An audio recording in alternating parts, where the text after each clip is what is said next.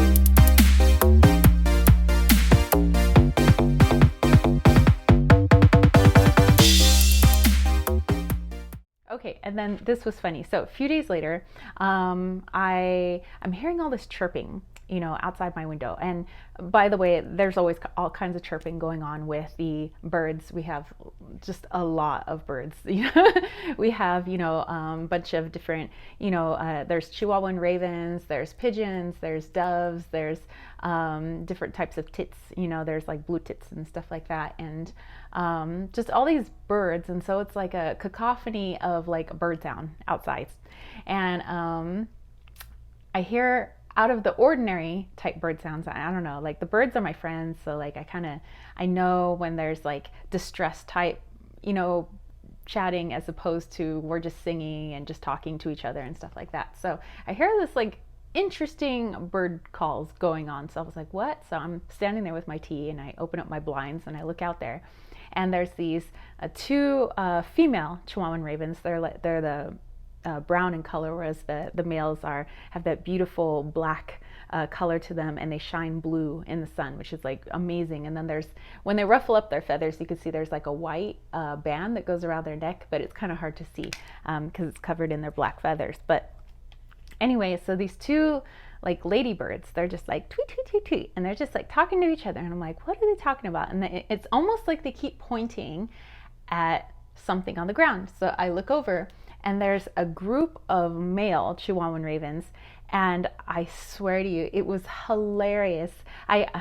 When I caught the video, it was at the tail end of what they were doing. I wish I would have caught the whole thing for you guys, but they were strutting around. It was like these boys, and they all had their necks up, and they're like ruffling up their feathers and like spreading their wings and spreading their tail feathers and just like puff, puff, puff, puff, and then just like doing their interesting calls. And they were totally trying to get the ladies to look at them because it was time to mate. And the ladies are like, hee hee. It was so funny. And then one of the pigeons decides he wants to come in and join the group too.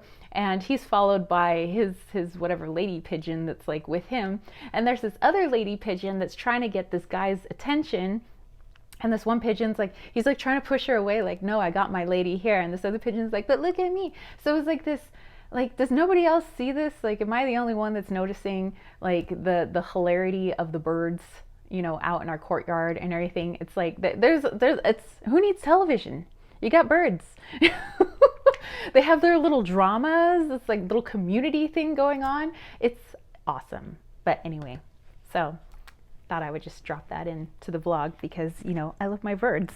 Okay, so then I had to take a trip down to San Diego. I got to go back home to San Diego briefly, though. It was like the 24-hour like whirlwind trip. So on Sunday night, was it Sunday night the 5th? Yeah, the 5th. Went down to San Diego, got a rental car. Oh, by the way, I was supposed to get like some like Kia Soul or something like that for my rental, but they had then like just upgraded me for free just to this like, it was like a Buick Outlander or something. I don't know. It was a massive SUV, and I was like, oh, that's nice. Because I was like thinking, if I want to be cheap, I could sleep in the vehicle, but if I wanted to not be cheap, you know, maybe I could just find a cheap hotel in San Diego. So anyway, drove down to SD, got a hotel, went to sleep, and then the next day, the whole reason for me going down there was because I had to drop off my school stuff. So 8 o'clock in the morning is when I was supposed to meet the principal's secretary, drop off my laptop, drop off, you know, my keys, all my teacher stuff, because guess what? I am no longer in the public education system. Does that mean I'm no longer a teacher? I'm like a teacher for life. You know, it's just, I don't believe in a lot of the things, the bureaucracy and everything that has taken over the public education system and has moved away from our children and their needs, and it's just moved into all this politics, which has nothing to do with our kids really. So like from my perspective, my 15 plus years of teaching, you know? So I'm pretty excited to be kind of out of that system, and now doing Kittens, Weights, and Tarot full time, and Desert Cauldron, of course. Yeah, just doing my tarot readings. I get to make stuff. Like, I'm like, this is a dream to me. Like, but I have to work, you know, I still have to work really hard because, you know, I have to be able to support myself without having like, you know, just this like structured paycheck, you know, in my bank account every month. So, but it's like stuff that I really care about. Like, you know, I love doing my tarot readings, and I love helping people. I love making something that somebody's going to use in their magical practice. They're going to use it in their altar. They're like, it's not just stuff to sell. Like, these are, it's like giving, I don't know, like birthing little children out into the world and like giving it to you guys and being like, have fun with this, you know? So that was, it was an amazing feeling. And James got to come down with me, you know, James Ledervriga got to come down with me, and yeah, we went around. We didn't have too much time there, obviously, so we didn't get to see a whole lot of things, but we did get to go to Balboa Park. We did get to go to Mission Ocean Beach and kind of walk along the boardwalk to PB, all the way to the Crystal Pier. And he'd never been down to San Diego before, so, and it's kind of a bummer as somebody who hasn't been there before, and I literally couldn't show them everything that I wanted to. We did get to go to Old Town, but it was at night, didn't really get to see too much. And didn't get to eat a whole lot of places either. So it was kind of like a bust, going down to my hometown. I love San Diego and couldn't really show it off the way I wanted to, but that's okay. We still had fun.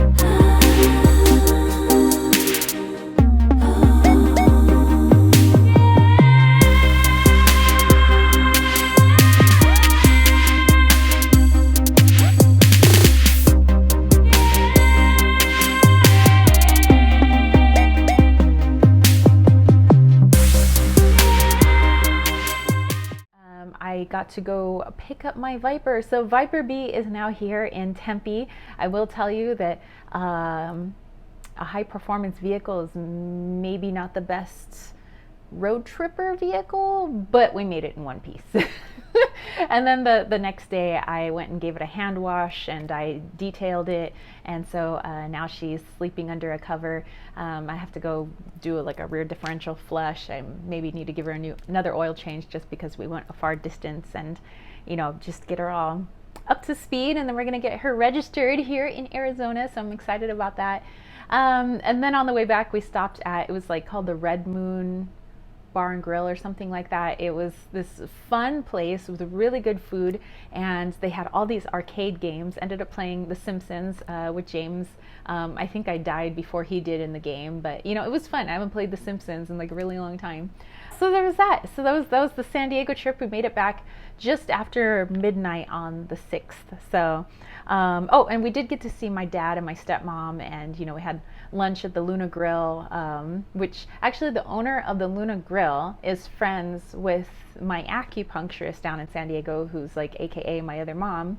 And the food's really good. It's Mediterranean fare, but it's super fresh. Like everything is fresh. Every ingredient is fresh, and so it was really, really good. It was really nice to see my stepmom and my dad, and we did this like whole gift exchange. We have all these gifts we've been saving up, so it's like they got to give me like a housewarming gift and a birthday gift. I gave my dad his Father's Day gift and his birthday gift from April, even though it's like Father's Day on the 20th, but I was like, I'm probably not going to see you on Father's Day, so here you go. And my stepmom, her birthday is also on the 20th, so I gave her her birthday gift and her Mother's Day gift from last month, and so we had a fun gifty time, so that was great. We've been thrifting, you guys. So on the 8th, we went back to call it old, call it antique, or call it new, call it antique. In Mesa, and we've been buying things for our shop. So we've been going all to these different vintage stores, like vintage and antique stores, like up and down, like in Apache Junction, Mesa, just trying to find things that we could utilize and create something magical out of them for our Desert Cauldron shop, because I don't really like the idea of buying mass-produced things, because to me it's not as special. You know, I want somebody, like I said, to buy from the shop and feel like this is a one-of-a-kind item. So we're looking for one-of-a-kind items, and then looking to, you know, make them a little bit more magical. So I clean them up, you know, I add a little something something, I get to be creative, yeah, and James as well, you know, he's super creative. And so we were, and it's all about, you know, my little green witch in me doesn't want to have a negative impact on the environment. So this is my way of also creating more positive impact. So I'm repurposing these vintage items, which have, like, you know, some interesting energy attached to them. I'm cleansing them, by the way, energetically and physically. But I think the fact that they have seen so much, you know, is cool when you're adding them into a magical practice. So I have a lot of video from from our little vintage tours.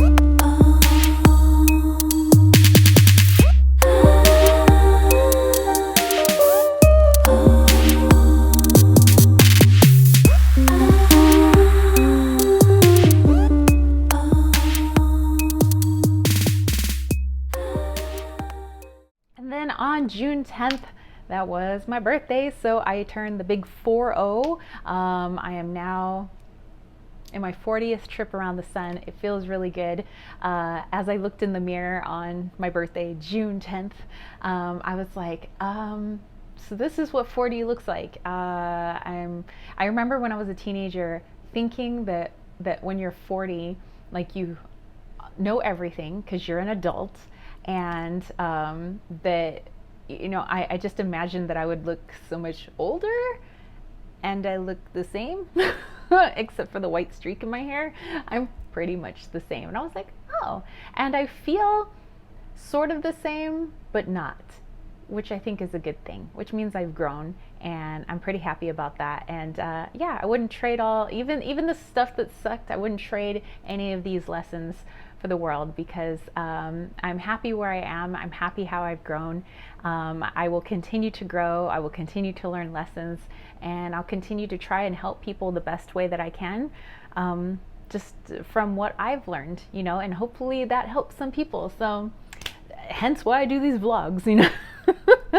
But anyway, so for my birthday, James had made me breakfast, so I got to have eggs and toast with butter, and I had some strawberries, and it was delicious. And then we went out to Superstition Mountains. We were going to go to Globe, but Superior is having their major fire right now.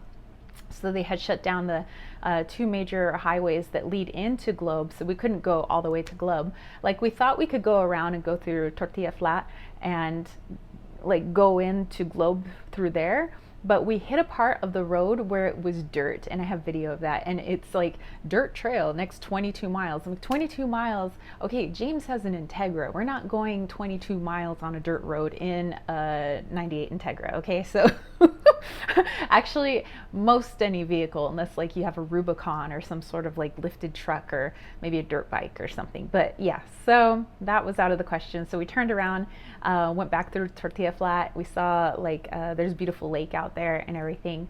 And then we hung out in Apache Junction, went thrifting, because that's, I mean, genuinely, that's what I just like to do, is I like to go thrifting. So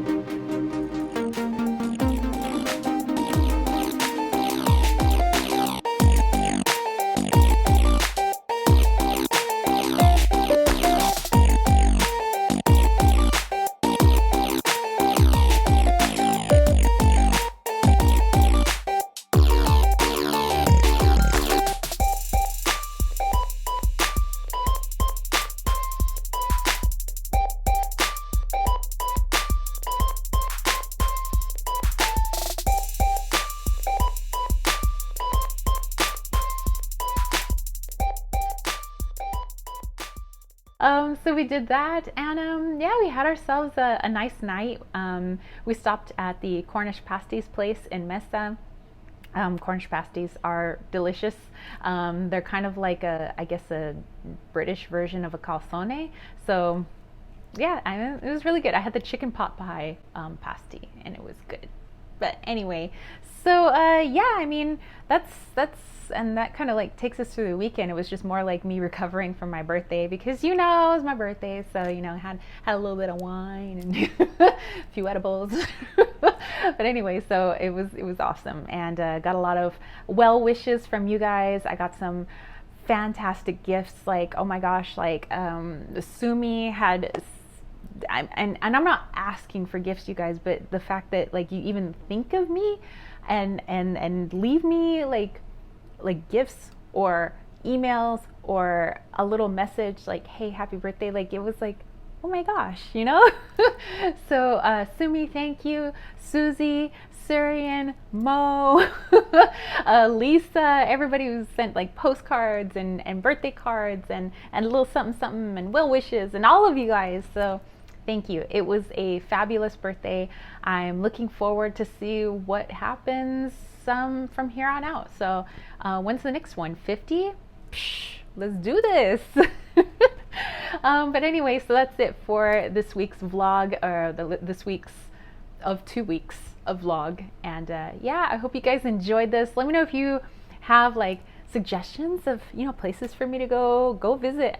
Globe is still on my list. It's just that, you know, fire. So but anyway, yeah, hope you enjoyed it. If you dug it, don't forget to give it a thumbs up. Don't forget to click subscribe, and don't forget to click that notification bell for more videos just like this. And if you want to catch a reading for me, head over to www.kittensweetsandtarot.com, or you can head over to Desert Cauldron if you're looking for some one-of-a-kind witchy tools. I mean, you pretty much saw the awesome things that we got in the videos, pieces that I was like putting in this video. So but yeah, and all my other information is down below for Patreon if you're interested, for my newsletter, for my Leon Mystery School, you know, all these things that now I get to pour my full 100% heart and soul into everything that I do now, because these are the things that I love.